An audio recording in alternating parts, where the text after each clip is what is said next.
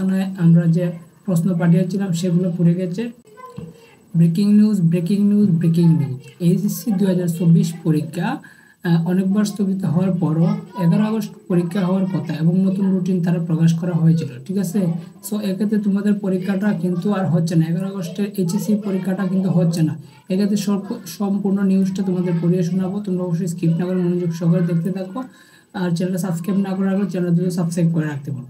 দেশের বিভিন্ন স্থানে চলমান সহিংসতা, এইচএসসি ও সমমান পরীক্ষা প্রশ্নপত্র জুড়ে দেওয়া আগামী 11 আগস্টের পরীক্ষাটাও এইচএসসি পরীক্ষাটা স্থগিত, অর্থাৎ পরীক্ষাটা হচ্ছে না। এক্ষেত্রে মঙ্গলবার 6 আগস্ট ঢাকা শিক্ষা বোর্ডের অধ্যাপক তপন কুমার সরকার গণমাধ্যমকে এই তথ্যটা জানায়, অর্থাৎ আজকে এই তথ্যটা জানানো হবে, ঠিক আছে। অধ্যাপক তপন কুমার সরকার বলেন যে এই পরিস্থিতিতে পরীক্ষা নেওয়া ইম্পসিবল, আমরা আগামীকাল একটা বিজ্ঞপ্তিতে এটা জানাবো। বিভিন্ন থানায় আমরা যে প্রশ্ন পাঠিয়েছিলাম সেগুলো পুড়ে গেছে, সেগুলো আবার নতুন করে ছাপাতে হবে।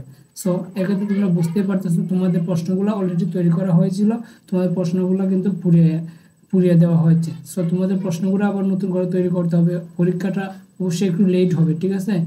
সো অনেকেই বলছে যে পরীক্ষা কি অটোপাস দিবে কি না, না অটোপাসটা কেন দিবে, কারণ হচ্ছে মেধার জন্য এই আন্দোলনটা হয়েছে। সো অটোপাস দিলে কিন্তু মেধার মূল্যায়নটা হচ্ছে না, তাই না। সো এক্ষেত্রে আবার নতুন করে নতুন রুটিনে তোমাদের পরীক্ষাটা হবে, অবশ্যই ভালোভাবে এখন থেকে পড়াশোনা করবা। সবার জন্য শুভকামনা, টেক কেয়ার।